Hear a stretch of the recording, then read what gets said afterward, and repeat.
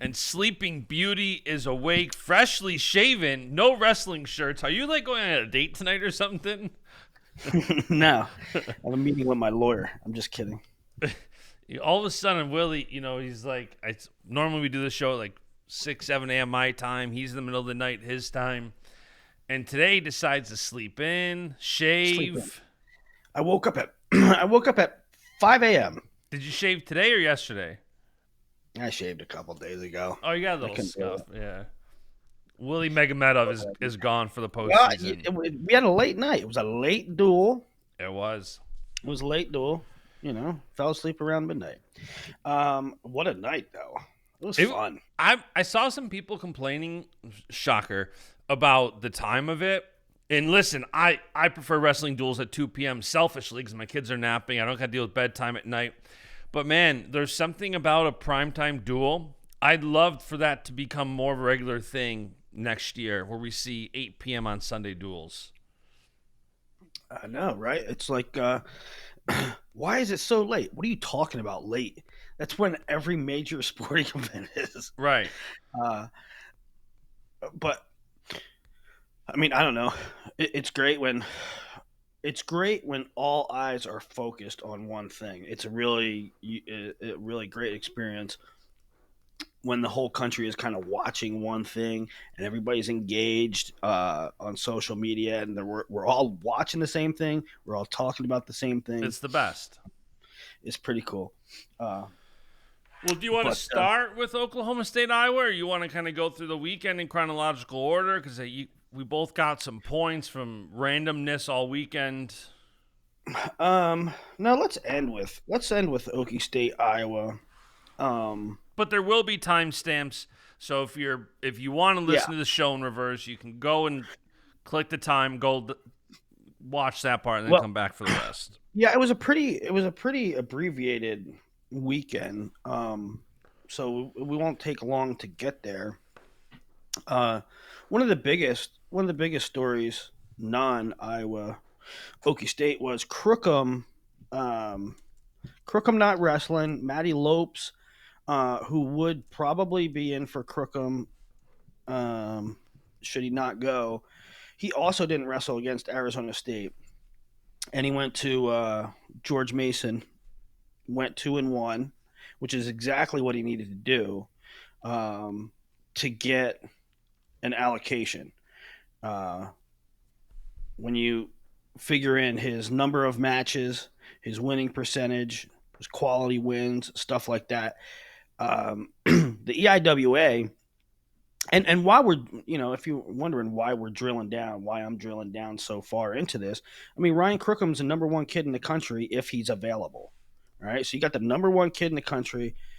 His availability is in question because of an injury. He hasn't wrestled since December 20th. And when you're looking at it, can he come back to EIWAs and qualify through there? He only has 5 matches. He didn't earn. He will not earn an automatic qualifier as of now. And so you're looking at his road, you're looking at his path and what the formula is for him. And right now, if he were to go in, he would have to steal a bid. The number one kid in the country would have to, and the top returning placer at the weight would have to steal a bid because EIWA is going to get 2. They're going to, Kurt Phipps and Ethan Bergen have what it takes to qualify for an automatic qualifier, and that's if Crookham goes. And to complicate matters is their EIWAs is not doing best true second, so there can be no slip up. If Crookham was in there, he would have to make the final. He would have to now I guess he could forfeit in the finals because there's no true second. That would be possible, but you can't slip up before then. You can't get dinged up and medical forfeit or anything like that. Why are they not doing true second? I hate it. On the surface, it's like how can you, as any conference weight that has only two bids, it's like, how can you not have a true? What it basically ends up being is a half bracket, right? You have to win your half bracket, and if you lose any time before, if you slip up, um, if you get caught, right? If it like you could be up 15-2, you get caught and you get pinned, and you're not in.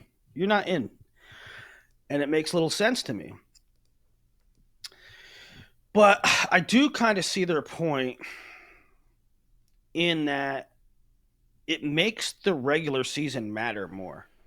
Like if you earned, so let's put it this way: Ethan Bergic and Curtis Phipps earned their allocation based on what they did in the regular season, right? Now you're going to say one of those guys loses in the finals. They're going to have to get ready to wrestle again against the 7 seed, who didn't do anything during the regular year. You know what I mean? Yeah, it makes sense. So I get what they're saying. I don't know. There's pros and cons to it, I guess. Now the flip side is if Crookham doesn't wrestle, Matty Lopes will earn an automatic qualifier, because he has enough matches, he has the winning percentage, and he has he beat Phipps, so he'd be in. I know nobody's jazzed up to talk about Curtis or Matty Lopes, but that is part of the equation. I don't know what I mean. Lehigh's obviously going to go with Crookham if Crookham's available, but that's the scenario. That's the story. It's When pretty. do you think Lehigh lets us know if Crookham's going? Uh, uh, I think the Lehigh lets us know. The ball's in Crookham's court. He's going. If he's going, it's up to him, right? You think he'll announce that he's not? I don't know if they'll. I mean, if you're asking about announcing, I don't know how they're going to do that. I don't think he's going. I don't think. I don't either. I really don't either. So it's one of those things where it's like, to be honest, I'm even when he didn't go this weekend, and we were talking on the show last week about the likelihoods of different scenarios playing out. I'm honestly surprised as soon as we didn't see Crookham this weekend, we didn't see an Instagram post go up. Like, yeah, I'm going to try to get a medical red shirt. I mean, at some point, you got to be making the decision right now, I would think, with EIWA's next weekend. He's Crookham's from my hometown. I was back in Easton, a couple weeks ago, and just people in the town that know and talk to his father, and I know his father, but I haven't talked to him, but they're all. Mr. Crookham is basically saying he ain't doing it.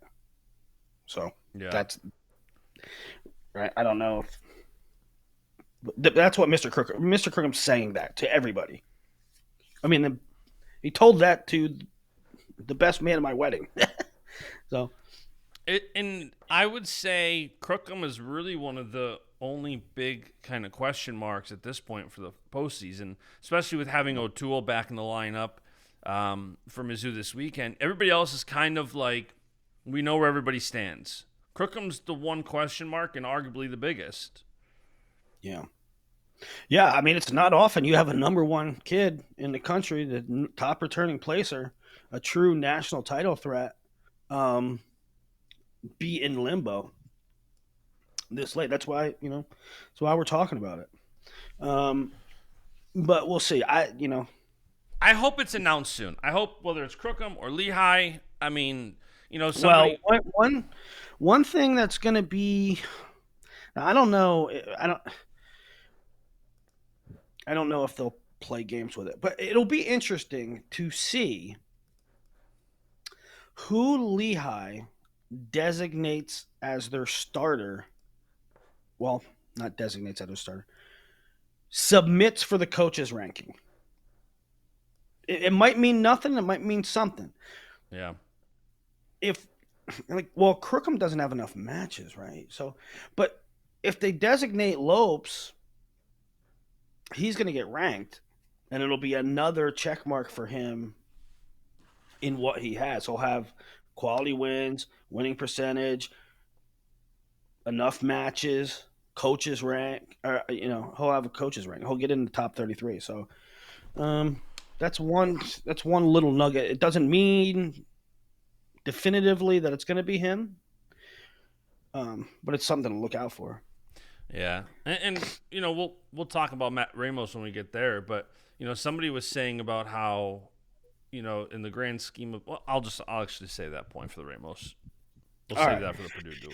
Friday night gets started off. Edinburgh beats Bloomsburg. Brown over Harvard. Blake Sato beat Jimmy Harrington. Jimmy Harrington's a guy that has wins over.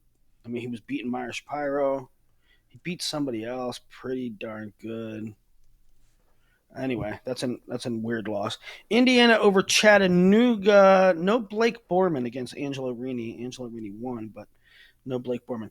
Northern Iowa over Wisconsin, 28-12. No major upsets there. Maryland beat Drexel. Central Michigan beat Michigan State. Columbia beat Bucknell. Pitt, 23-13 over Virginia. Lehigh, Arizona State. We did see Richie Figs. He looked pretty good. 7-3 over Sheldon Seymour, who's having a pretty good season. No Lopes, no Crookham at 133. Damian Marino beat Mason Ziegler. The big one here, though, was Owen Treffin over Colton Schultz, 4-2. Really beautiful shot, beautiful execution. Had Schultz kind of lifted up in the air, and he got the finish. Owen Treffin, undefeated on the year. It's interesting because he's undefeated. He transfers from NC State because he couldn't win the spot with Trumbull there, and now he has a win over Schultz, I believe, who has a win over Trumbull. So the way it's kind of working out, I mean, Treffin lost a spot to Trumbull, but might have a higher seed going into NCAAs than Trumbull. I mean, they actually could end up the 4 or 5. Nomad. I saw some notes in there. I was just going to bring that up. You guys have differing viewpoints on how the 285 seeds could shake out. Well, so somebody had asked me prior. I forget who it is on Twitter. A really good, sharp guy. But he tweeted at me, "What if Treffin beats Schultz? Could that knock Kirk down to the 4?" And I said something like, "We'll cross that bridge when we get to it," or something. And then Treffin does indeed beat Schultz. So the theory or the scenario is if Hendrickson's undefeated going to NCAAs, if Treffin's undefeated going into NCAAs because he has a quality win over Schultz, and Kirk loses to Gable in Big Ten finals and he has a loss, will that knock Kirk to the 4? And now we have Gable, Kirk up top. And no, dude. No. I mean, you gotta be insane to put Owen Treffin, who's gonna rank or seed Owen Treffin ahead of Kirkfleet because he has a loss to Gable. That can't happen. Yeah, I saw Nomad tweet those, and I'm like, I think I was doing something. I was about to text you and be like, this doesn't make sense to me that a one-loss Kirk, a returning national champ with one loss to Gable, gets punished that much for losing to Gable. No, you're gonna put 2 national champs on one side for a guy that's never All-American. And that's just to me, it's just a lot like the Hodge vote, and a lot like anything, like Major League Baseball and NFL, and if they should go for 2 or go for it on 4th down or kick a field goal. It's a lot of geeky stat nerds, Oh, by the formula, Owen Treffin, blah, blah, blah, blah. Yeah, by reality, get real. By the way, one little quick Hodge nugget that Bo brought up, Nickel. Former Hodge winners getting a vote. It's funny when you start looking at things like Carter versus Gable and what that could be for swinging it in Carter's favor. When you have Cal and all those Penn State guys with Hodge votes, I wasn't really thinking about that. Cal gets 3, right? Yeah, you get 1 for every Hodge trophy you won. So if you start looking That's through, sort of ridiculous, though. I had a note somewhere. I don't know what I did with it. I forgot what it was like. The number of Hodge votes on the previous winners. I'm going to tell you right now. If you count out the number of Penn State alumni and how many votes they have, and you tweet that out, people are going to riot. Oh, it wouldn't surprise me. I had the number. It's in one of my notes somewhere. I'm surprised I didn't put it in our show notes doc. I must have put it in a note on my phone. All right. Virginia Tech, NC State, that was a fun one. It started at – what did it start at? It started at 49? 41. Yeah, it started at 41. Latona beats Homan. Henson beats Biskins, and Coy's dad was in my DMs. He was like, "Thank you for educating people on the name Laugh Out Loud." You know, I'm like, hey, they gotta know. Hippolito over Ed Scott. That was a weird one. Like I thought that Scott really wrestled well. You didn't, but I thought Scott wrestled well at times. Hippolito's funky, man. And then in the third period, well, it's so the only points in the match, other than escapes, Hippolito like got a quick 2 count. He did like a junior high move of just like pulling him back. And... Listen, Hippolito's a judo guy. Yep. He's a jiu-jitsu guy, and he does this weird stuff. Like he does weird stuff on the mat. And in neutral, he's a lot of upper body stuff. But I thought it was a weird match, and I thought Ed Scott looked good at times.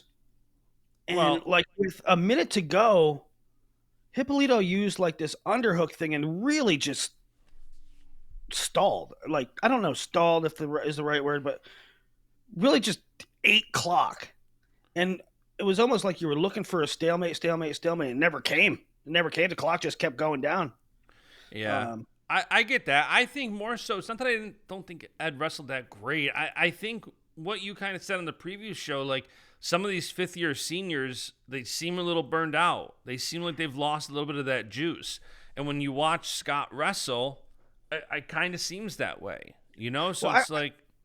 I get what you're saying, but I think Hippolito and the ref kind of allowed the third period charge to not materialize. Hippolito using his underhooks and the ref not calling a stalemate, and it didn't allow Scott to execute.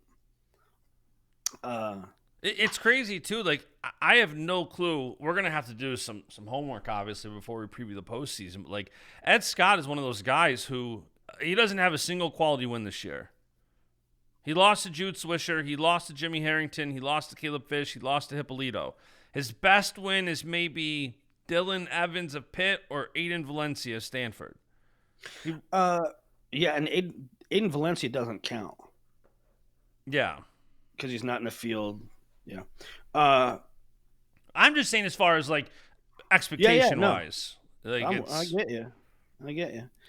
By the way, my only other comment on that Hippolito Scott match, by the way, I'm sure it's happened, but I had texted you right away when I'm like, if you give them near fall, don't you have to give, or if you give them an escape point, don't you have to give them a takedown?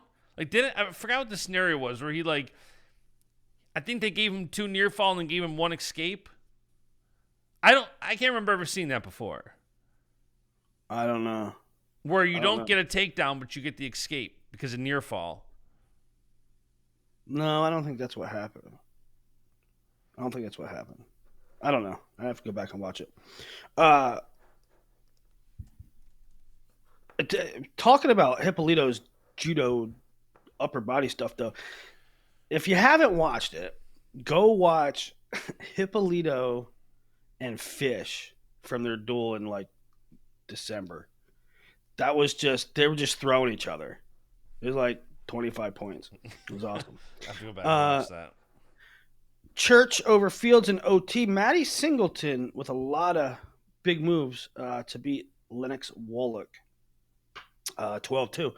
Fishback over TJ Stewart, and Stewart was in on a shot late. He damn near had it, and it turned into a wacky scramble, and it wasn't a clean takedown for Fishback, but it was neutral danger right as time expired.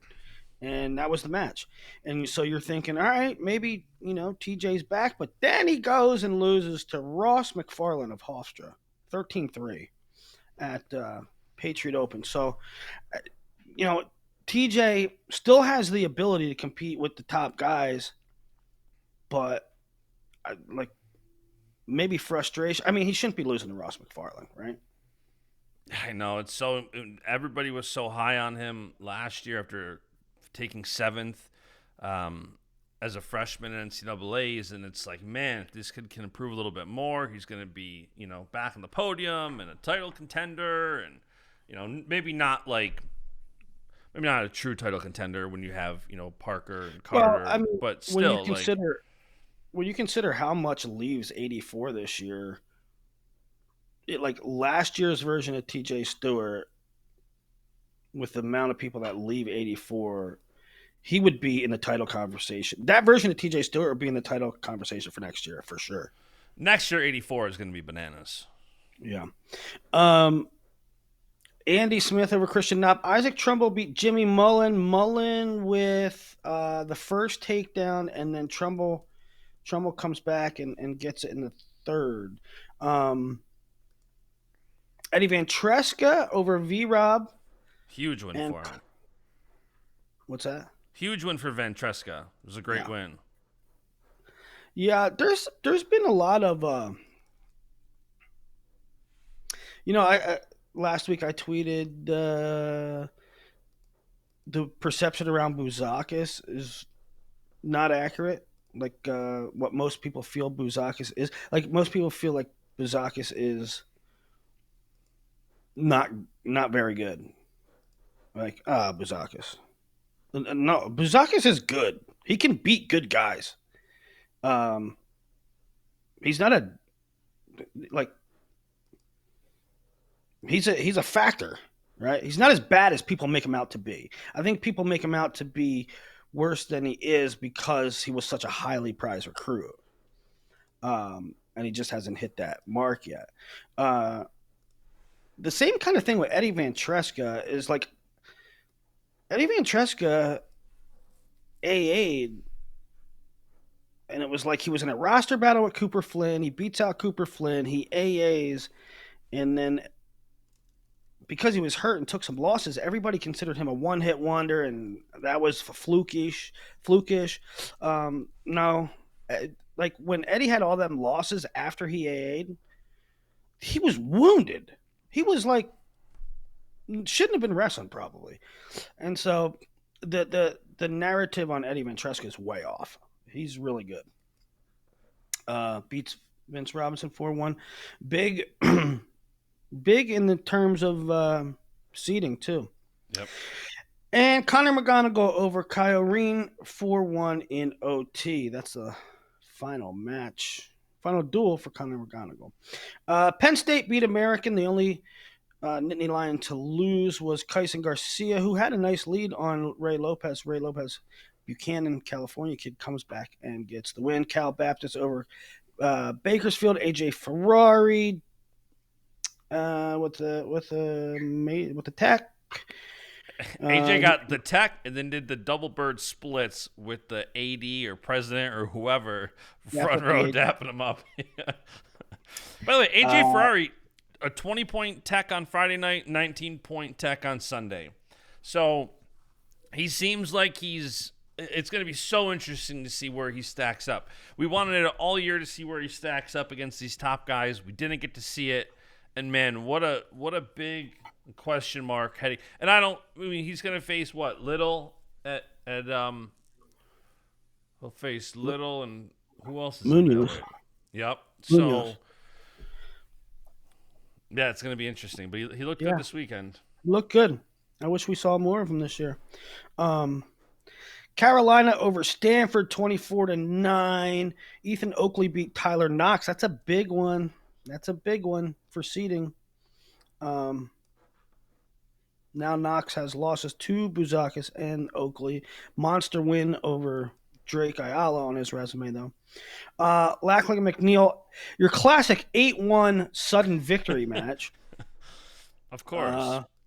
Ogun Sanya over Lorenzo Norman, kind of a surprising result. I mean, Ogun Sanya's good, but Norman was ranked top 5, I think.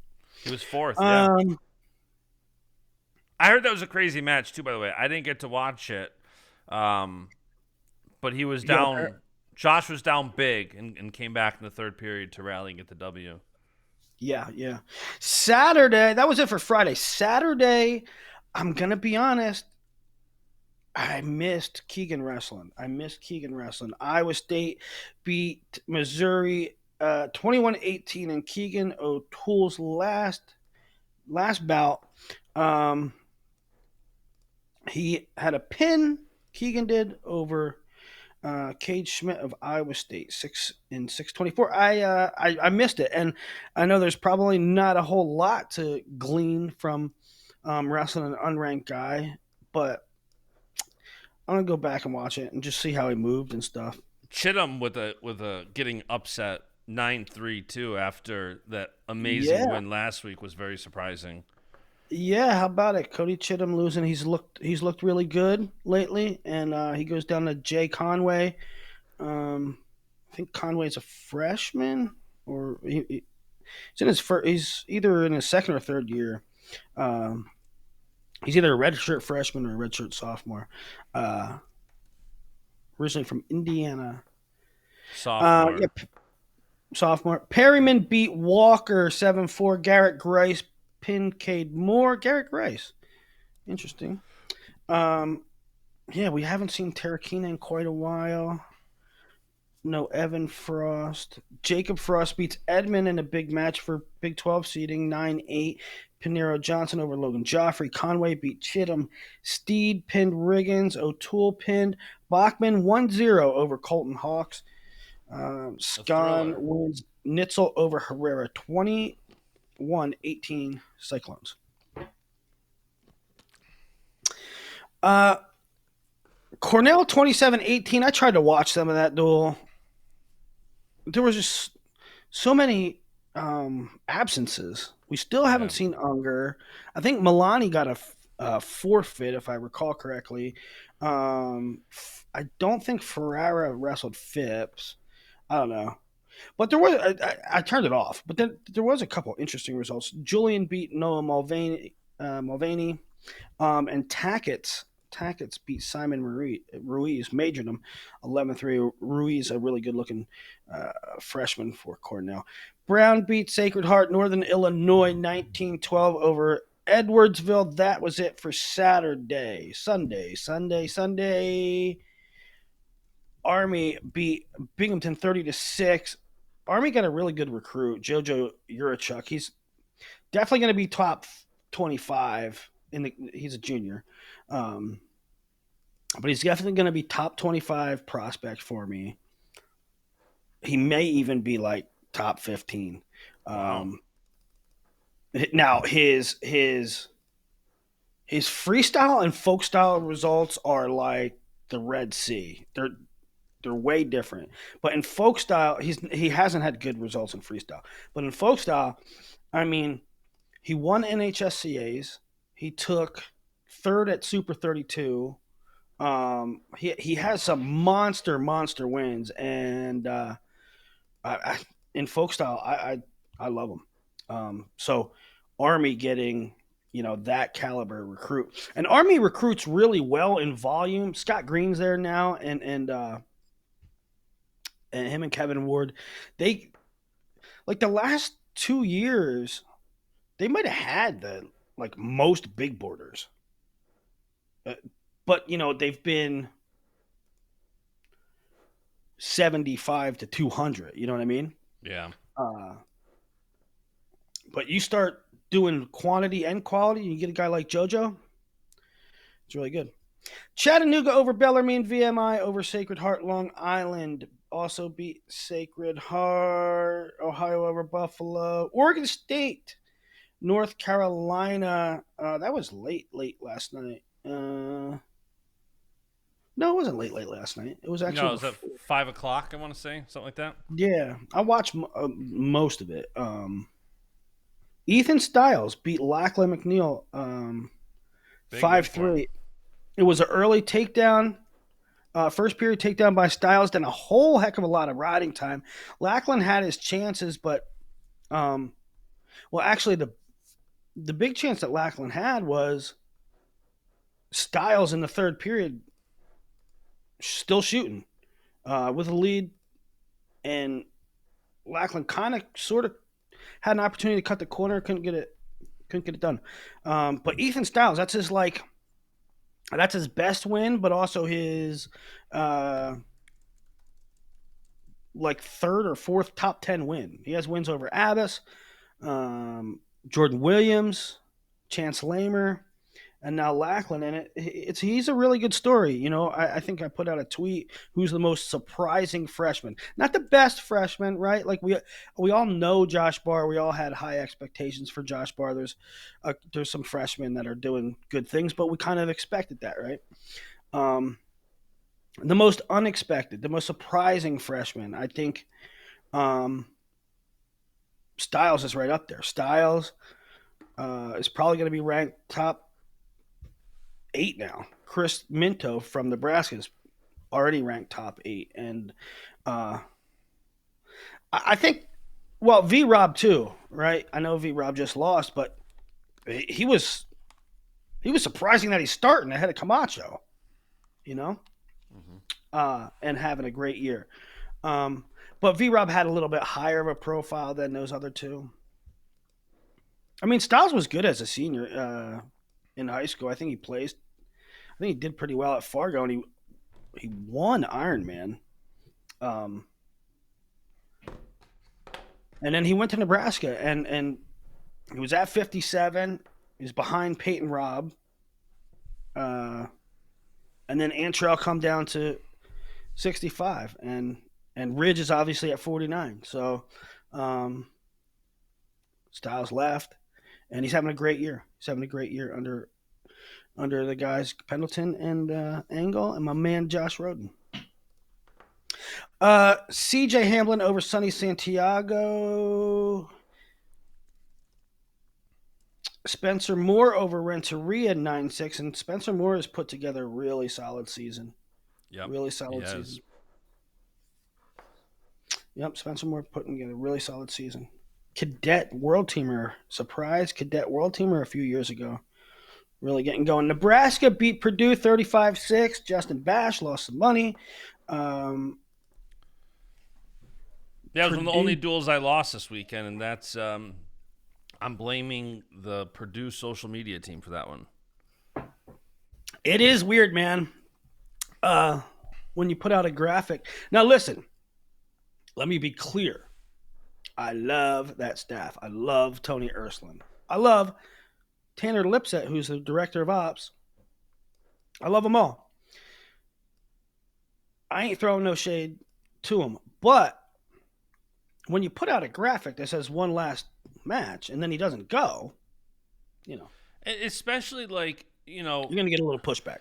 And betting wrestling is always tough because, there's so much gamesmanship with the lines. Even it's in Nebraska, it's like they had 3 alternates in there as well. So it's like It's so tough. Betting it's always such a gamble. But, the duel, what? Betting is such a gamble. Well, yeah, it's sorry. Betting wrestling, I didn't word that right. You're rolling the dice on the lineup. Yeah, it's like that's the tricky part, and it's like, I had thought for sure. I thought Purdue was going to wrestle Joey Blaze, which they did, and I thought they were going to wrestle Matt Ramos, in part because they said, senior night, one last ride for Matt Ramos. He's on the graphic. Yeah, and frankly, I thought Nebraska might sit some guys or rest some guys. They've had a really long, rough stretch. They could have probably afforded to sit a few guys either for rest or like things that in spots where they didn't need it wouldn't affected seeds, Yeah. But they wrestled everybody except for Silas. Yeah, and it was weird because, listen, Matt Ramos could absolutely be sick. 100% that could have been the case. It was just very odd that right around the time the 25-pounders started warming up and Caleb Smith started warming up for Nebraska, when Nebraska listed an alternate, they listed Caleb Smith or whoever. And about that time, Matt Ramos on the bench in a singlet grabs his shirt and heads to the back. So that's where it's like, oftentimes when a guy's sick, like Kirk didn't even make the trip last week. He had the flu. He didn't wrestle in either duel. He didn't make the trip. He didn't weigh in. He wasn't on the bench. So it's just weird that, and that's an away meet. I know this was a home meet. I know it was senior night, so maybe, but still, it's just the optics on the surface look like protecting he the looked like seed. He was ready to go, right? Yeah, that's where it's. Again, you would think that on senior night they'd also, and this is one of my biggest qualms. Somebody was like, when the Kansas City Chiefs rest their starters after they clinch the 1 seed, does everybody get mad? First of all, go Bills. 2, they announce it. They announce Mahomes isn't playing. They announce Kelsey's not going to get many snaps. They say this thing. The biggest gripe is not if they wanted to rest Matt Ramos for the postseason. It's why not announce it on senior night? It's like that's Purdue's biggest, that's their star, the face of the program. The probables thing it's so funny. It's so funny. Like, I look forward to probables. I also don't take him seriously at all. They're never accurate. I tweeted out a question last night. I'm curious your take. Would you be for or against coaches having to lock in the lineup 1 hour before the duel? They're public, and Adam Terapelli said he would prefer to do it blind, which I'm fine with. I also propose maybe the home team gets a 15-minute advantage. So, for example, in yesterday's duel, Nebraska has to submit it 75 minutes before the duel, Purdue 60 minutes before the duel. Or blind, I don't care either way. No. For what? No. Just to lock in the lineup. So you don't sit? No, so I'm saying, like, instead of going into a duel and not knowing who's going to wrestle in 5 of the matches, an hour before we know who's going to wrestle. We will know? Correct. They lock it in and it's public. Here's our lineup. An hour before the duel, a graphic goes out. Here are the actual matches in today's duel. Nah. Why? Because, first of all, an hour doesn't do anything, really. I don't know. It's just a question. From a betting standpoint, it'd be great. You can't do it. You can't do it before. Oh, it would have to be done after weigh-ins, obviously. Well, weigh-ins are like 2 hours before. So you do weigh-ins, and then an hour later. No, I don't know. Don't you want the flexibility? If I don't know. I want flexibility. I want if my guy's hurt and the duel we need him to win the duel, I'm wrestling him. If we're up 27-10, I ain't wrestling him. It's a fair. That'll never happen. let's be honest. This stemmed from, number one, marketing, which I know an hour doesn't give much. Number two, betting. I think betting is, wrestling will never be mainstream or popular with betting, Yeah. but No, but it is one of the reasons college football and college basketball are so popular. March Madness is what it is because of betting. That's why March Madness is March Madness. Iowa kind of did that last night on their own. Listen, Iowa SID has been great all year. Great all year. In some schools too, like some schools are kind of selective. Like I've seen some schools that even like West Virginia, I think, tweeted their lineup like 10 minutes before it started. Like, I don't know. I just think I understand what you're saying. Like, if somebody gets injured or if you don't really need to wrestle somebody, like, I'm sure most coaches would not be in favor of it. But no, that will never happen. They will never allow that to happen. Yeah, but Iowa almost did that, and that like, it's so funny that they put out probables and it's only Gabe. Then they put out who weighed in and it's only Angelo. Well, we'll get to that one. We got Iowa, Oklahoma State on the docket. Don't you worry. I mean, it's just laughable. Okay, so Caleb Smith. It was Nebraska. It was all Nebraska. It started at 57. Antrell Teller, Joey Blaze 4-1. Blaze had a really close. Was almost had a takedown. They reviewed it, said time was out. Antrell went upper body and got a takedown in a third. 4-1 Antrell. So it looks like Antrell will be the 3 at Big Ten. Nebraska's whole team is 3 seeds almost, including Chris Minto, who got the tech 17-1. Lenny Pinto teched. Silas sat out. Orlando Cruz beat De Leon 4-2. McDaniel won. Van D over Norris. Hardy over Clark. 35-6. Nebraska covers 26.5. North Dakota State beat South Dakota State beat North Dakota State 23-10. Campbell beat Appalachian State, and the interesting thing there was the worst call of the year. You got to go look at Campbell's Twitter or my Twitter. The length of time that the ref allowed before he called it a takedown. It's an overtime match. Cooper Shore has what looks like a takedown. And then 11, 12, 13 seconds go by before the referee calls it a takedown. Like, what are we doing? That's reaction time? Nothing changes. Not one thing changes. Actually, the only thing that changed is that the kid that was getting taken down basically said, "Bro, I got taken down." Like, right. The wrestler ended the match before the ref did. The wrestler called it. Right.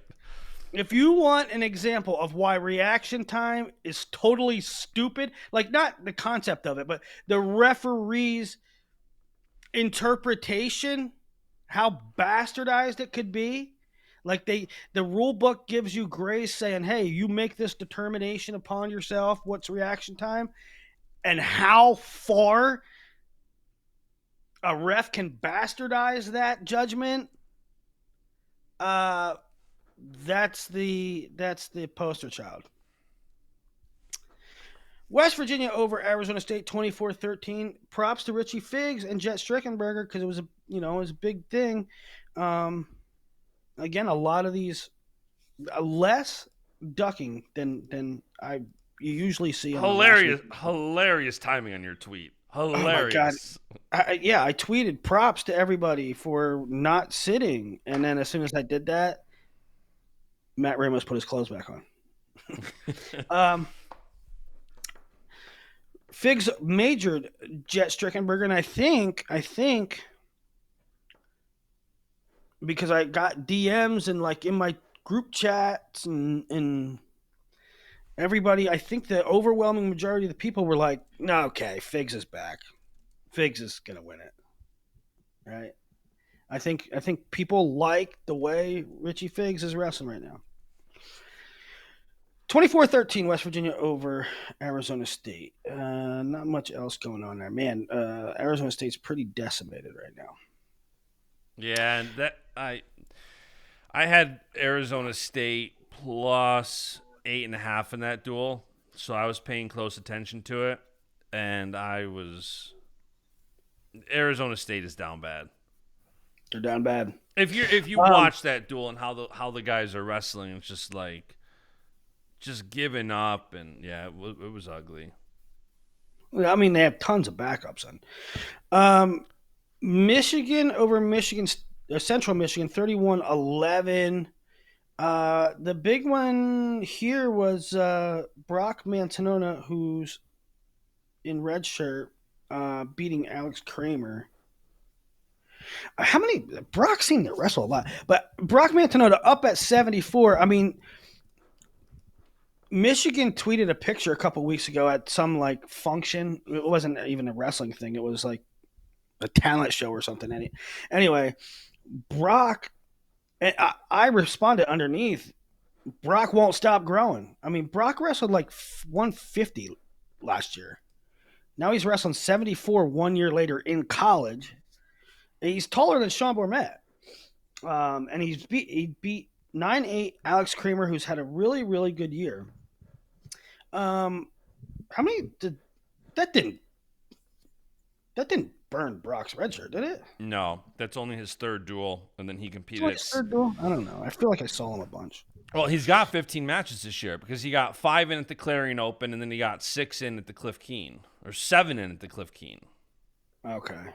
So he's 12-3 now on the year. Okay. Cliff Keen? Yeah, he wrestled 65 at Cliff Keen. Bro, these redshirt rules, they break my brain. Northern Colorado over Air Force 22-21, and the piece de resistance. The big one. The big one. Iowa 21, Oklahoma State 16, and everybody knew going in that chalk, if you went chalk, Oklahoma State would win. The one curveball was if Angelo went at 84 and can Angelo beat Dustin Plott. And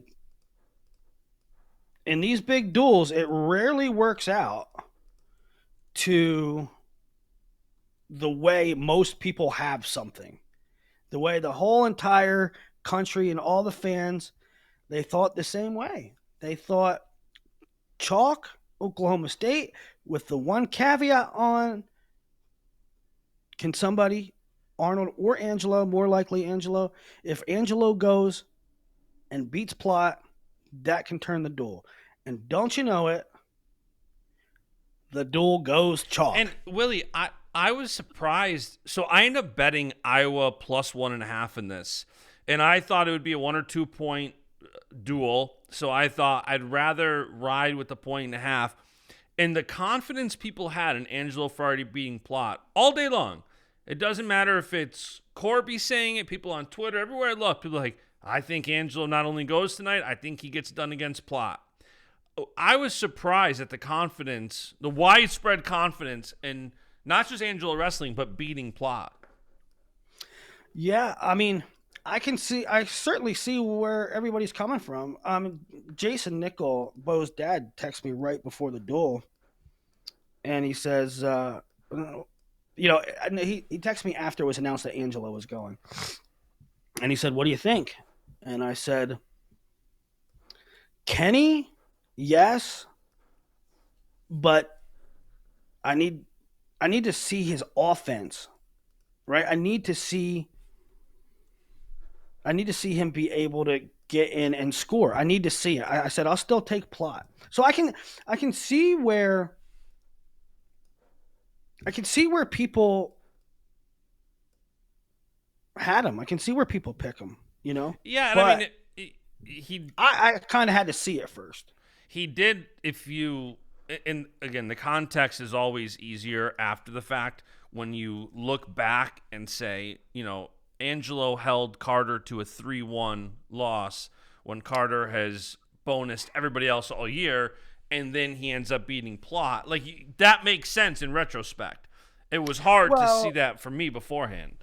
Yeah, and maybe that's part of it. Maybe people said, well, he was really close with Carter, so he's going to beat Plot. And if that was their rationale, I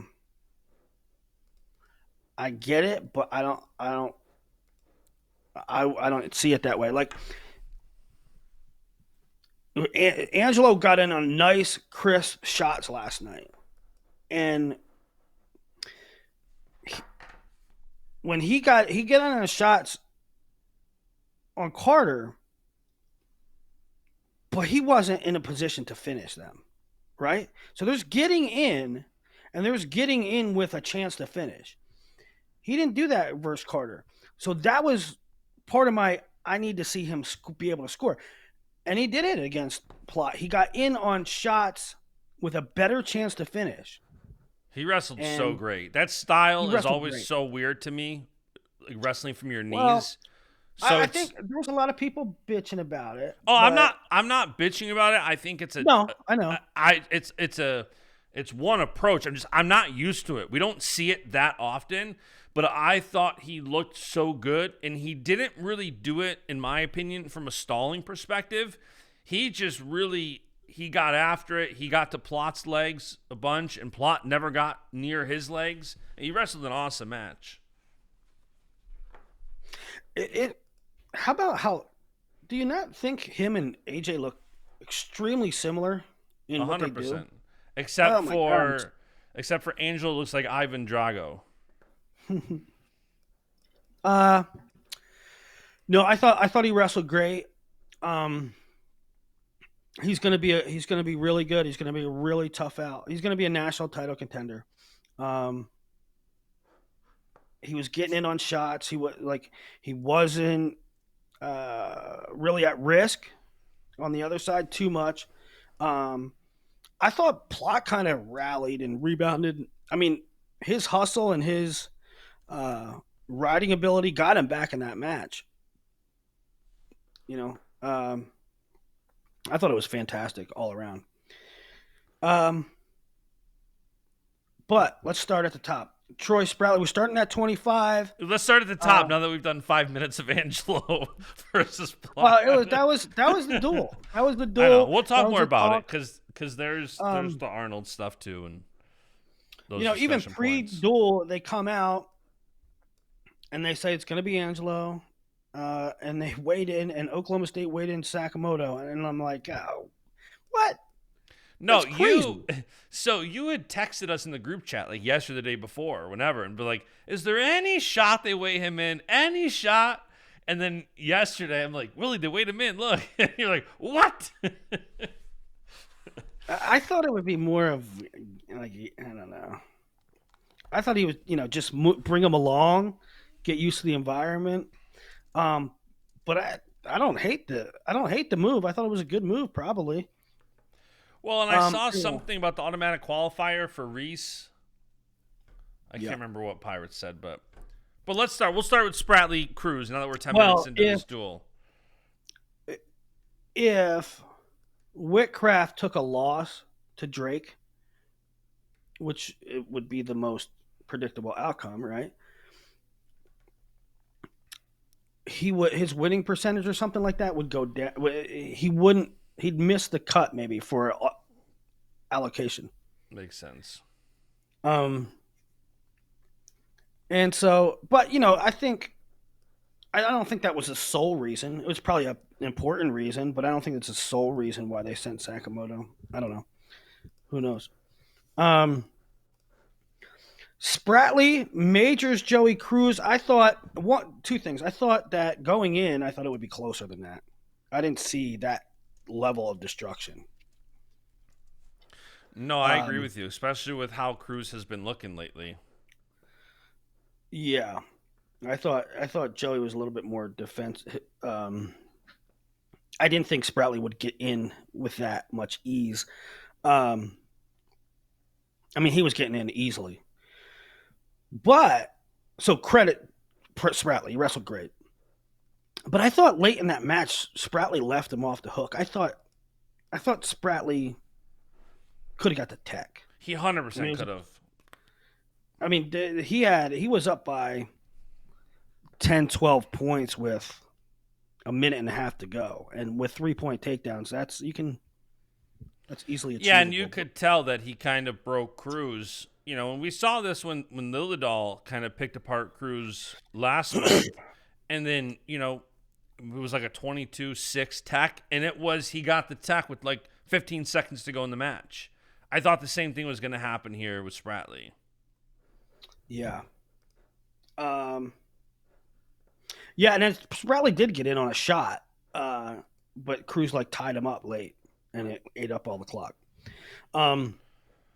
So big bonus point win for Spratley on one hand, great performance. On the other hand, I think Spratley could have got one more team point. I'm just being a little critical. Drake comes out and they send Sakamoto, and it was a really good camera shot from the Big Ten crew, because you saw it was really interesting. It was WWE style. It really was. You saw Thomas Gilman talking to Whitcraft, and you're like, okay, is he going? And then in the background, all the way back, Ultimate Warrior style, Sakamoto comes running, and I'm like, oh my God, they're really sending Sakamoto. And they send him, and he competed well. He competed hard. Drake was hitting him with that over collar shrug, which is so great. The first takedown was off of it. The second takedown was off of it. I thought that Drake would ride him into the sunset, but Sakamoto was at least capable on top and bottom. I did think that those deep waters, the 6th, 7th minute of the match, I thought his legs looked a little wobbly and his position kind of broke. His stance kind of broke and stuff. But I thought he wrestled good. I thought Drake wrestled awesome, and to be honest, after that, I'm like, man, it's going to be hard for anybody to top. Drake is like my guy of the duel here, based on how I saw everything else going, and obviously he was outdone by Angelo Ferrari. But I thought Drake, especially going for the major late in the match, where he was up 7-1, I think, or 8-1. And then he goes and gets another takedown, wins at 11-1, gets the major, gets the team point. That was an awesome match. Awesome match for Drake. He might be my pick right now to win the weight at NCAAs. Yeah. Yeah. He has really safe offense. The only time we saw him vulnerable really was when he got in certain scramble situations, which scramble situations are tough for anybody. But otherwise, I'm being critical again. Otherwise, he's been superb and like never in danger. So it's 4-4 after 2 bouts. Tegan Jameson comes out for Okie State at 141, and he gets Jace Rhodes. No Shriver, no block. It's Jace Rhodes, and it's an 8-0 kind of slow drip major decision. So we get 3 major decisions to start the duel. Kind of sort of an uneventful match, but it was the middle match of people discussing, to put it loosely, riding and what's stalling on top and what's stalling on bottom and the inconsistencies. I don't know. Did you make anything of that? No. I thought it might have been overstated, but there definitely is inconsistencies on who's stalling. Is the bottom guy stalling? Is the top guy stalling? And how different college referees call it? And it's very much undefined. Yeah, I will say there is a lot of inconsistency right now with when they call it, and I saw that was one of the things that I saw Well, I Especially thought, later especially going into the next match when Parco doesn't get hit, and I yeah. thought he was going to get hit, but So you thought Parco was going to get hit yeah. on top? I'm trying to think back the match now. I thought that Carter Young should have been hit 100 times. I thought I Parco need to, moved him.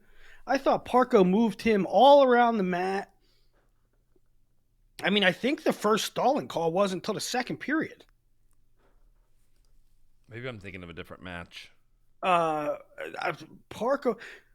No, there are some people that were saying that Parco should have been hit. I think I can't. top. But I remember I thought he rode him thinking- into the dirt. I don't know. I'm gonna have to go back and rewatch it. I don't know. I don't know if like I'm really impressed. Well, I'm certainly impressed with what Parco did, but to me, is it more of man, Carter Young ceded territory bad. I don't know, but Parco wins 7-1, and it's 8-7 pokes after 4. As far as winners, we're still chalk. Teamer goes out in decisions. Fish had like a lead most of the most of the match, and Ja'Cory has this.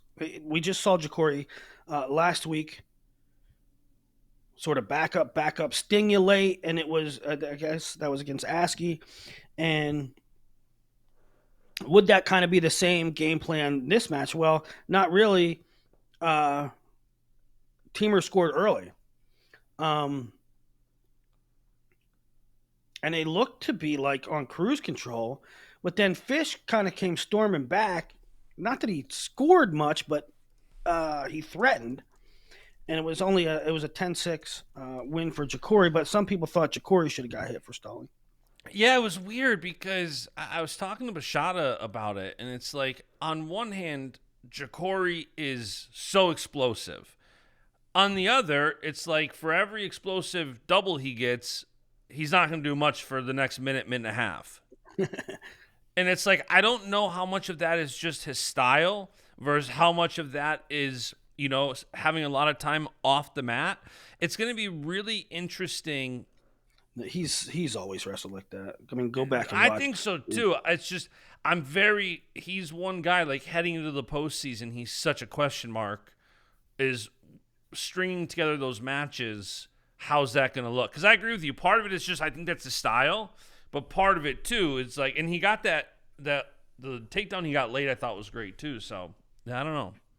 No, I mean, in my opinion, he's clearly a title contender. Oh, he's definitely a title contender.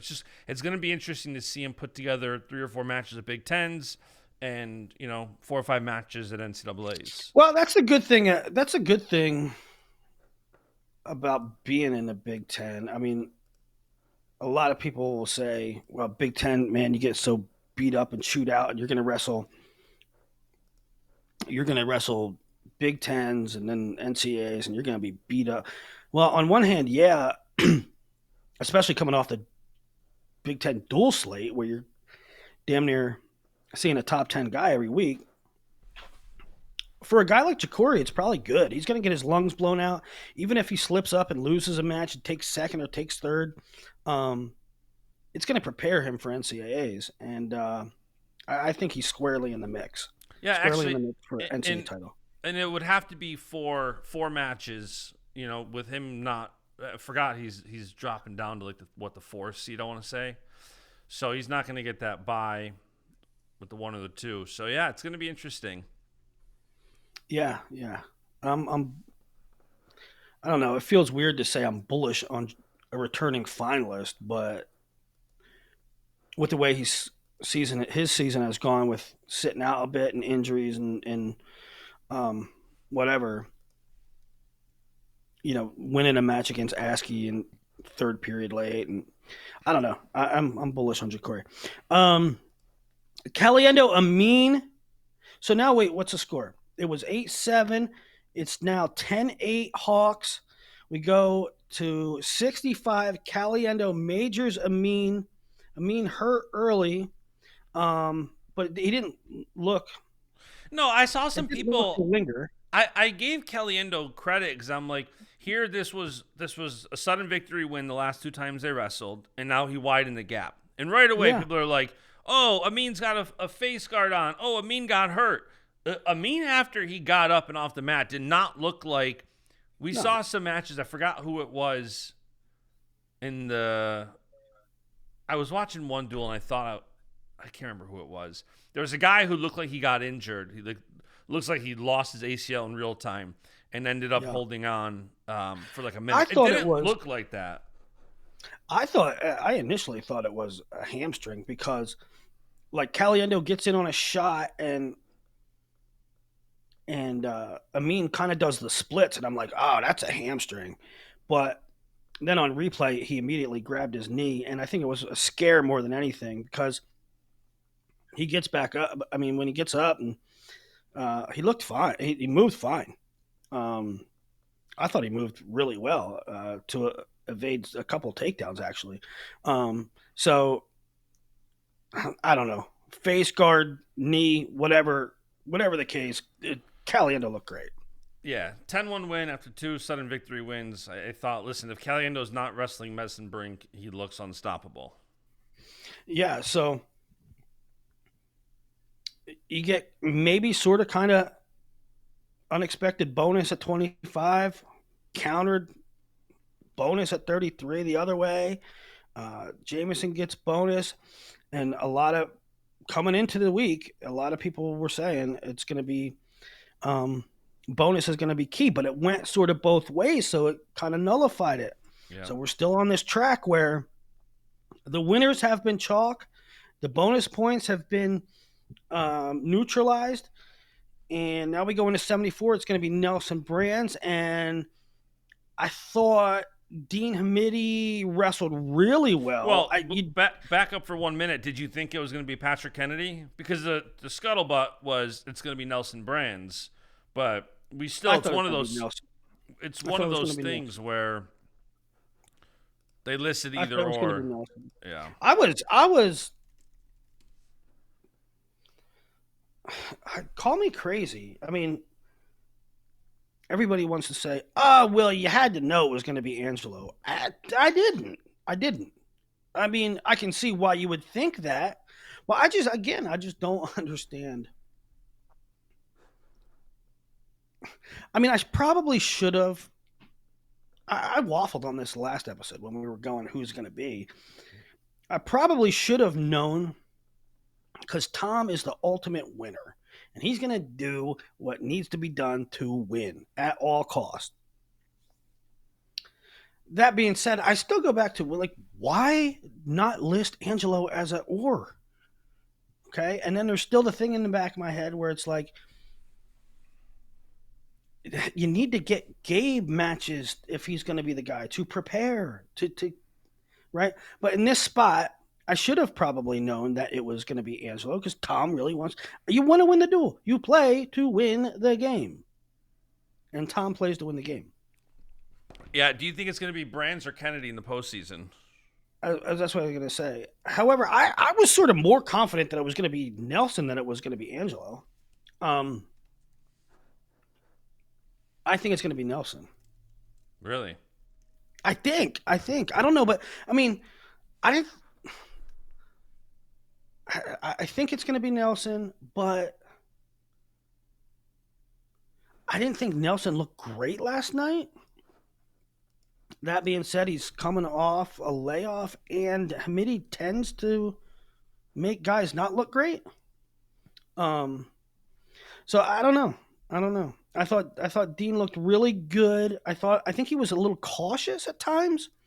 I think he coasted a little bit for a little period of time. There's another one that I thought Dean could have pushed for another point. The ending was kind of weird because the ending was kind of like Dean didn't really go for the major and Nelson didn't really go to win the match. Nelson kind of went to not give up bonus, and Dean wasn't really going for it. I can't remember what time it was, like 40 seconds left or something.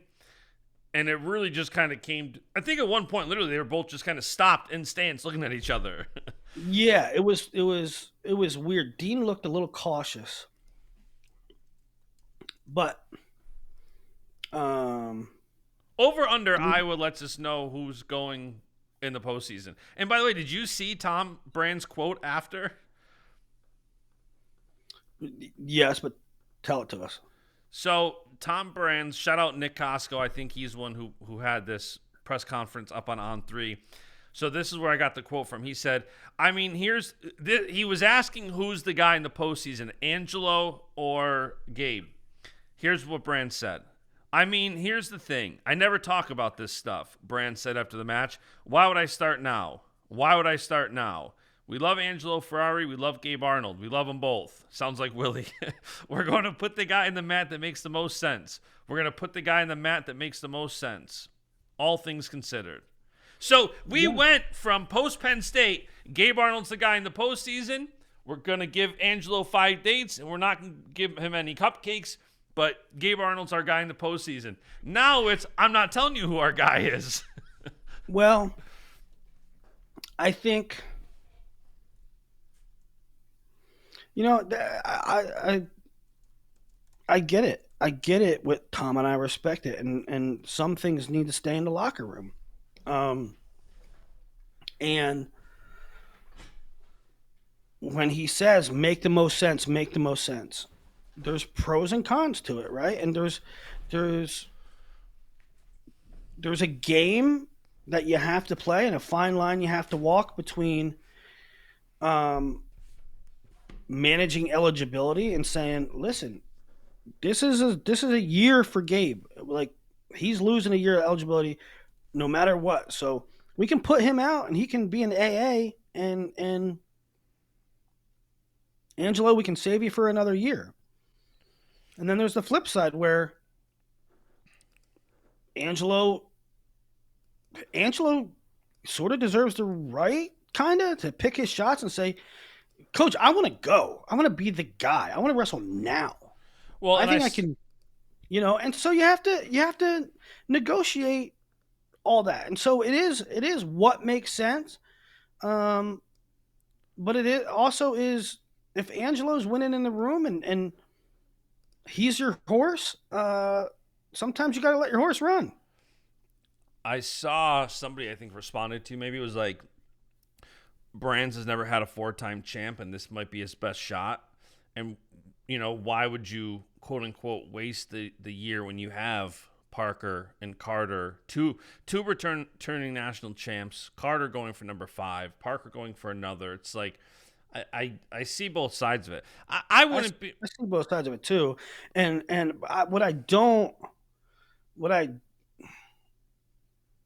even I have a hard time with it. It's like, yeah, the smart play is when you see some path. It was like Gabe last year too.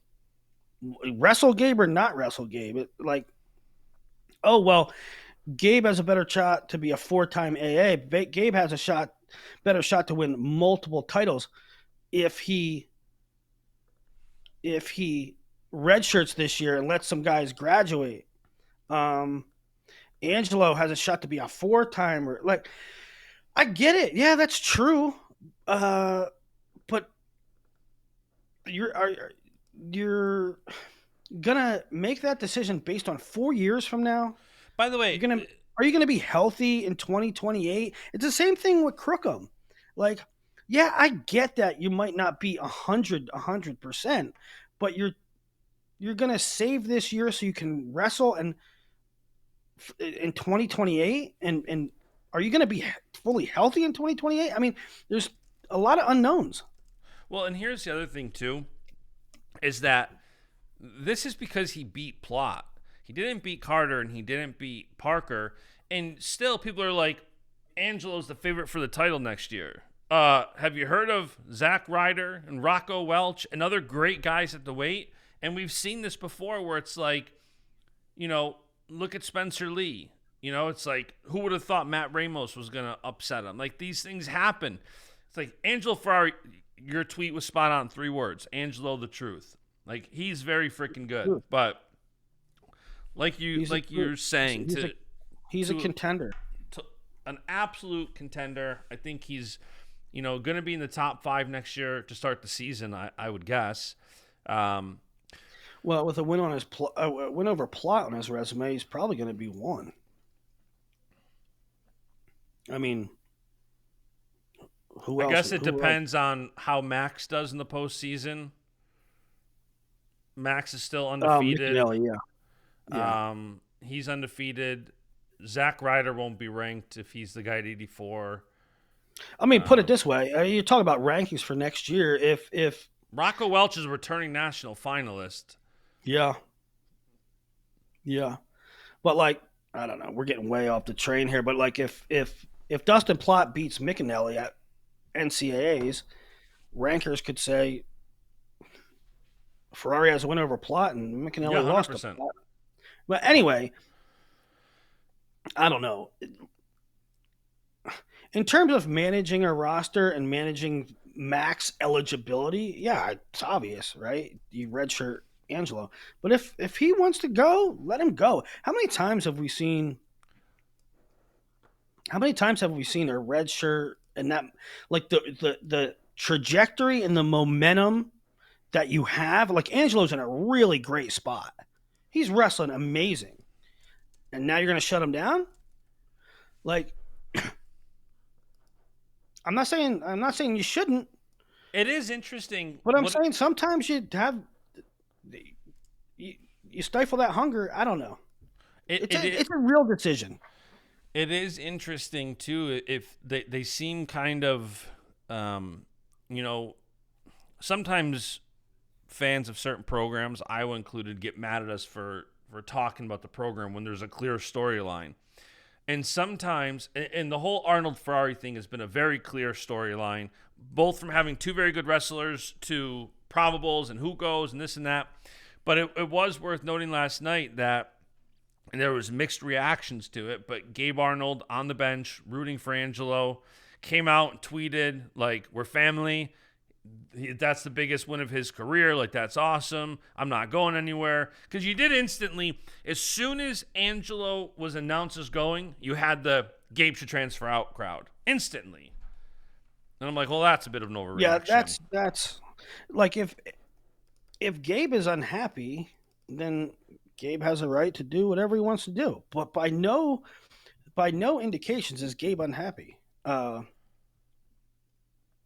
I haven't seen that. Gabe publicly is very, very happy and very complimentary of his teammates and the program. So I don't know. I don't get the transfer out thing. Now, in retrospect, and this is what I struggled with for a while, and it's even more confusing because Iowa, it's becoming increasingly obvious that Iowa knew Angelo was this good, right? Yeah. It's hard for the outsiders to know. It's hard for us fans to know just how good Angelo is because he didn't wrestle a whole heck of a lot his last 2 years in high school. I mean, we rarely saw him. I mean, he wrestled. People say, well, Willie, why'd you have him so low on the big board? I think I had him 7th or something. 6th or something. I don't know. And that was only a hedge because I didn't see enough of him. Yeah. I didn't see enough of him. And when there were times like he would beat a guy, he wrestled like 12 matches. He probably wrestled 4 important matches. That he didn't kill everybody. He probably wrestled 4 matches that meant anything. And in 1 or 2 of them, he won 3-1. And so it was hard to gauge. And then in college, limited dates. But it's becoming increasingly obvious that Iowa saw him in the room, knew he was this good. And so it goes back. And the question I have now is why wasn't there any? I mean, maybe there was, but was there no indication? Was there no chance that it would be Gabe 74, Angelo 84? Because to me, that's probably the best lineup. Yeah. I mean, I thought we were going to see Gabe at 74. I thought after last year, when you literally said, Gabe, you should just go 84, and he's like, I'm 5 foot, whatever. I'm a 74 guy. And then all tell me year he's up right at now. 84.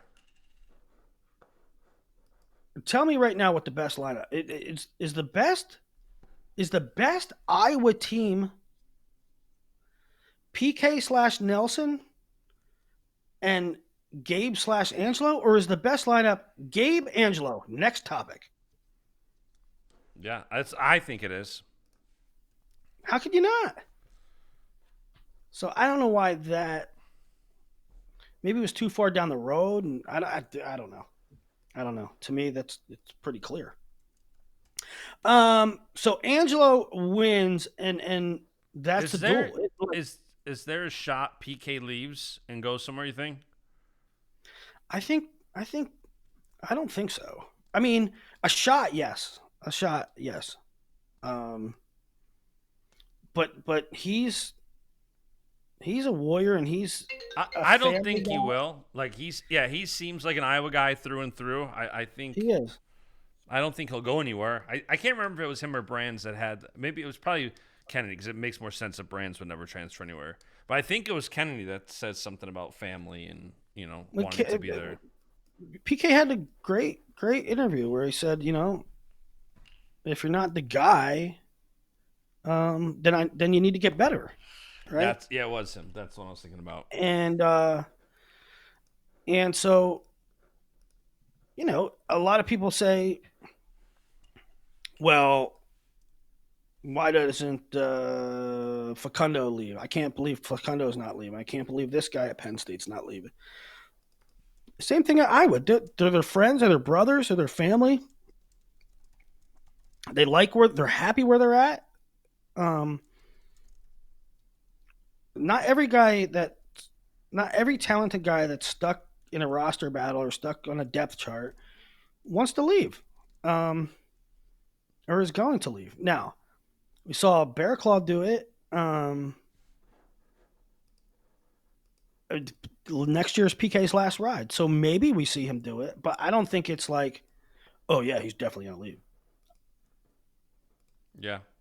No, I don't think he leaves, period. It's just one of those things where, again, I when you're talking about a guy in their fifth year, and it's like, can they go somewhere and make a lineup and have a real shot? Like, Kennedy very much seems like a Bear Claw type guy for me, where he can go somewhere, be a legit AA contender, but I understand if he wants to stay and finish it at Iowa. Yeah. I'm actually like looking up rosters now to see who needs a 65. But you know what? Who could use a 65 next year? Minnesota. PK to Minnesota. You heard it here first. The Iowa fans are going to rip me to shreds if you position it that way. I know, and you don't want that. That's why you still haven't done your transfer portal probables article I've been asking you for 2 months for. It's half written. It's done, just not published because of backlash. Yeah. When did I put that out last year? Did I put that out before conferences or after NCAA? No, it was definitely before conferences. Was it? Yeah. You got to do it then. Let me check. But I also got to do crystal ball now that the regular season is done. But okay, so Angelo wins, and that's the duel. It wraps it up. Barring a Luke Serber miracle, but Buchanan beats Serber 10-1. Buchanan's a dog too. Buchanan looks so good. He's so good. And then Hendrickson teched Keeter. Hendrickson looked pissed off, which is scary. Yeah, but a couple things about Hendrickson. He always does that against anybody not named Gable, Kirk. Like, did Kirk beat him last year? I can't remember. But Wyatt's always right there. And Keeter, I saw that Keeter basically weighed in at like 234. Because all of these Iowa fans we're like so divided where it's like he's all done. He can't go. And it's like, guys, he's still a very good wrestler. He's undersized right now, which I had texted you. If anybody wanted to make an argument for a 220-pound weight class, Keeter is your poster child, I think. Not saying they should have that weight class. I'm just saying he's the anomaly or the outlier where I'm very curious at what a, Keeter weighed in at 234, Wyatt like 260, I think. I'm very curious what a 260-pound Ben Keeter looks like. And I think, listen, Keeter's still a freshman. I don't think it's, his success didn't transfer over to college yet. It is still very early into his career. Yeah. He's a baby, and he's still like, he's still learning, and he's still growing, and his metabolism, I'm telling you, I seen the dude eat. He doesn't stop eating. At some point, he will put on some good weight, and he'll be fine. And these monsters will graduate. Hendrickson, Gable. Well, 8 of the 10, literally 8 of the 10 ranked above him graduate. Well, that's what I'm saying. So pump the brakes on, well, I don't know how good Ben is. Like, these guys are going to graduate. He's going to be ranked like 5th next year. I will say, and we were all kind of in lockstep in our group chat about this. Are you surprised they put Keeter out there when the duel was over? I don't know. I didn't even think about that. Maybe it's just me, Fellers, Bashada talking about it in the group chat. You were maybe already asleep. No, I wasn't asleep. I don't know. I didn't think about that. I mean, I don't know. I don't think you protect guys. What to protect them from getting? I'm not saying they should have sat him. I saw the discussion point. I'm like, yeah, that makes sense. Like, I don't know. Is that a hit to your confidence right before the postseason? You can look at it two ways. I mean, is it a hit to your confidence, or is it a hit to your confidence when you get sat? Yeah. I certainly see your point, but there's another edge to it. It's like, is Ben going to respond man, F this, I just got beat up? Or is he going to be like, all right, I need to hit another gear? Yeah. No, 100%.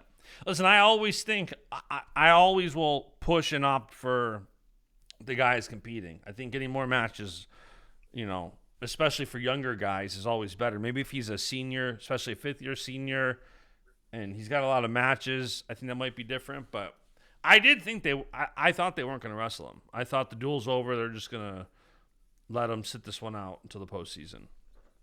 Yeah, I don't know. I was a good 3-4 Bud Heavies deep by that point, and I wasn't thinking about not wrestling him. Yeah, I don't think. You started talking about. You started going on a Willie victory lap with quote tweeting your own tweet from February 10th and saying hi. Well, the point being with Angelo is precisely what we talked about. He wants to go. It seems like he wants to go. It's hard to keep him in the stable if he wants to go. Number one. And the second half of that tweet is, I mean, being paid is like, this dude's a superstar already. And did that just up his value? And for people who maybe aren't familiar with it, you hear these offers, right? Let's say it's $300,000 for a year, this or that. Even when you hear these offers, these numbers get renegotiated and they get discussed after every year. So even though a wrestler might be promised X or think they're going to get Y, that number changes. And if all of a sudden somebody comes out and says, I just had the hell of a year, or let's say Angelo beats Plot and says, now you guys really see my value. Yeah. And that was what I said was, I was going to have to wrestle Angelo right now or pay him or both, because it's going to be an issue. And frankly, I know that for a fact. However, um, it's in the context of Bo Bassett, right? If you know, and it doesn't matter what the numbers are. It doesn't matter if it's $4 bazillion or $4. If I was giving Bo Bassett $4, and Angelo knows that, and Angelo's getting two, and Angelo just beat a national finalist, he's gonna say, "Hey, Tom, how about give me $3?" You know what I mean? Mm-hmm. And that's a big thing. Yeah. Ferrari did look so good, though. Bashada just tweeted, and it reminded me of it when, because we were talking this morning. He was talking about how the Pokes were out-competed, is his thesis. And he said the best example is Ferrari forcing that stoppage in OT when he was almost dead to rights, and how hard he competed there. He's right. I mean, I don't know. I thought there was a wake-up call during the match where Plot was like, all right, I gotta hustle. I gotta hump it. I gotta be tough. And he was. It's not a down on Plot. I don't agree with Don's assessment there. I don't think they were out toughed. I don't think they were out hustled. Listen, the duel turned on one match, and that was a phenom against an established vet that won in overtime. I mean, that was the duel. I don't think you can have revisionist history and say, well, the duel went exactly like we thought it would. We picked every winner right, and I don't mean we. I'm saying America. America picked every match winner right.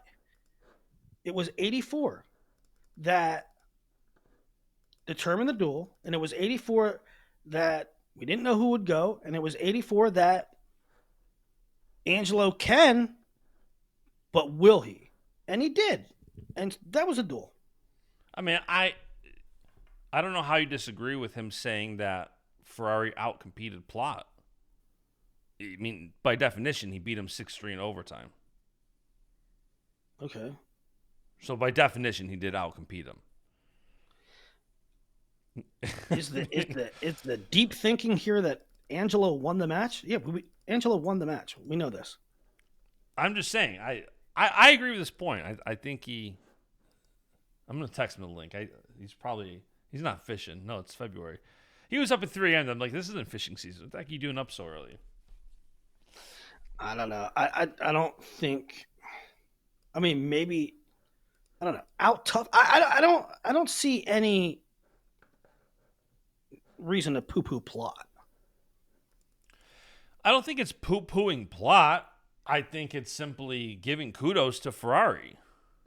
I mean, he's a vicious animal. He's really good. Him holding up the 3, by the way, was funny at the end. He's holding him down, and he holds up the 3. I don't know who he was pointing at. I mean, I assumed it was Okie State's bench, right? Either that or the ref, because if it was going to be a Appalachian State Campbell thing all over again, like he's maybe, down, yeah. Right? That's 3. It didn't really see, and they didn't mention. You couldn't tell who he was motioning it to, but yeah. Well, that's it for the regular season, Justin Bash. We should do another show Thursday-ish, maybe, talking about the postseason, talking about seeds, allocations. So allocations come out Thursday. Allocations come out Thursday. Do you know when we get seeds? I can't remember. Is it next Monday? Pre-seeds? Yeah, it's next week for sure. I think it's some... I can't remember. But yeah, we're going to have to do some preview shows for the postseason. We'll have to do Crystal Ball. Yeah, it's crazy that the regular season is over, just like that. What a great way to end it, though. Yeah, I had some debates with somebody. I said last night was one of the best duels of the year. And somebody, this was beforehand, they're like, that is absolutely the best duel of the year. And I said, well, on paper, 1 versus 2 would take the cake over 2 versus 3. But in this case, the argument is the 2 versus 3 is the more competitive duel. Yeah, for sure. 100%. I was going to ask you a Willie question. I can't remember it. Damn. A Willie question. I had a Willie question to end the show. And now I can't think of it. Well, hit me with it on Twitter or Thursday when we do a show. Let's do a show. Let's do a show Thursday. We might have to do a show. We're gonna have, yeah. Well, we're gonna have a couple shows. I mean, I'm assuming Big Ten championships will be one preview show in and of itself. Yeah. So, and we should probably preview the other postseason, the other conference championships. They're not as in depth. Like, I mean, Pac-12's there's what, 4 teams. It's hard to. I'm going. I'm excited about it for that Thursday conference championship day.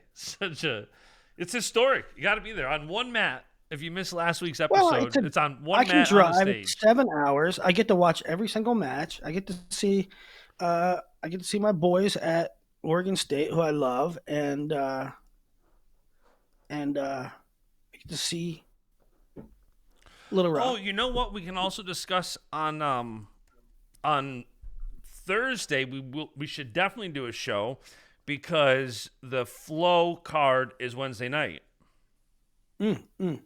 Spencer Lee versus Ono, David Carr versus Takatani, Zahid versus Trent, Bryce Andonian versus Austin Gomez, DeSanto Gross, Nate Jackson, Kennedy Monday, some women's freestyle matches. NATO's competing. I didn't even know that. NATO versus Daniel DeShazer. Really? Yep.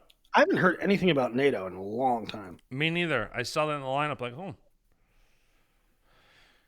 There's even a high school matchup in there. Cruiser Dominguez versus Hayden Schwab. So that's Wednesday night prime time. So that'll be a good one. And also, man, there's a lot to talk about because we also have ranking series starts Wednesday. We have Snyder competing in a couple matches at PWL 8 on Tuesday, I believe. So, yeah. All right.